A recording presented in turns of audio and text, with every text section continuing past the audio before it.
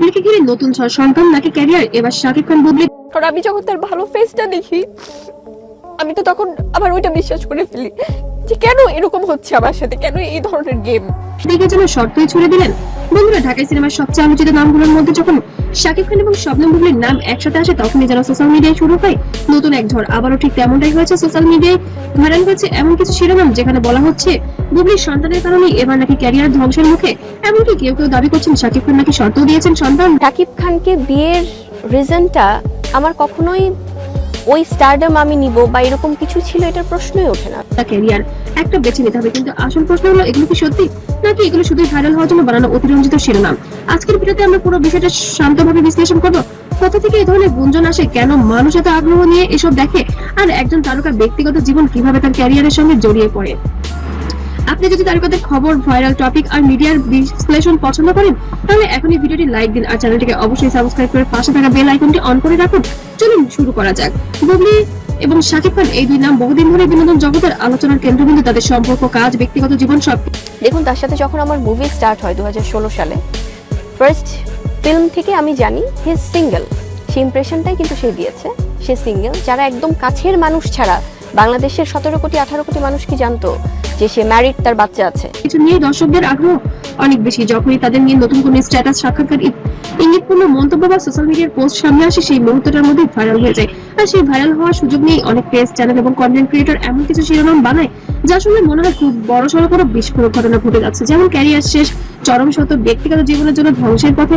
এ ধরনের শব্দ মানুষকে ক্লিক করতে বাধ্য করে, কিন্তু বাস্তবতা হলো তারপরে যেমন আলোচনা থাকেন তেমনি তাদের গুঞ্জন, ব্যাখ্যা, অপব্যাখ্যা ও কল্পনা এসবও সমানভাবেই ছড়ায়। তাই এই ধরনের খবর দেখার সময় একটা বিষয় মনে রাখা জরুরি, ভাইরাল শিরোনাম মানেই সেটাই সত্য নয়। এখন হচ্ছে সবচেয়ে আলোচিত অংশ, সন্তান নাকি ক্যারিয়ার। এই ধরনের লাইন কেন দ্রুত ভাইরাল হয় জানেন?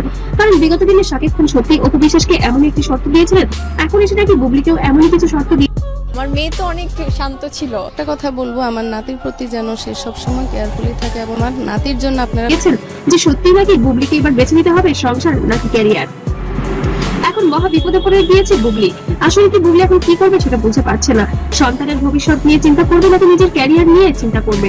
কারণ আমরা প্রায় দেখি একজন মানুষ ব্যক্তিগত জীবন নিয়ে কিছুদিন আলোচনা হলেও তার কাজ থেমে থাকে না, কিন্তু একজন নায়িকার ক্ষেত্রে ব্যক্তিগত জীবন পূর্ণ তার ক্যারিয়ারের মাপকাঠি বানিয়ে ফেলা হয়। এখানেই যেন মূল বিতর্ক। এখন সবচেয়ে গুরুত্বপূর্ণ বিষয় বা প্রশ্ন হলো শাকিব খান কি সত্যিই এমন কোন শর্ত দিয়েছেন?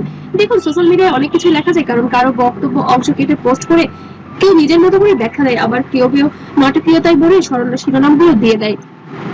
তবে আসলে কি বুবলির সাথে এমন কিছু ঘটছে গোপনে? বুবলির ক্যারিয়ার কি সত্যি ধ্বংসের মুখে? এই কথাটা সবচেয়ে বেশি অতিরঞ্জিত বলে মনে হলো, কারণ একজন শিল্পীর ক্যারিয়ার।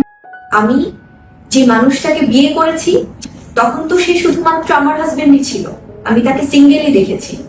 যখন আমার তার সাথে বিয়ে হয়েছে তখন সে অলরেডি নির্ভর করে অনেক কিছুর উপরে, তার কাজের মান, তার প্রজেক্ট, দর্শকের গ্রহণযোগ্যতা। তবে সোশ্যাল মিডিয়ায় বুবলি নিজে জানান দিয়েছেন 2 বছরের জন্য তিনি নাকি সোশ্যাল মিডিয়া এবং মিডিয়া প্ল্যাটফর্ম থেকে দূরে সরে যাবেন।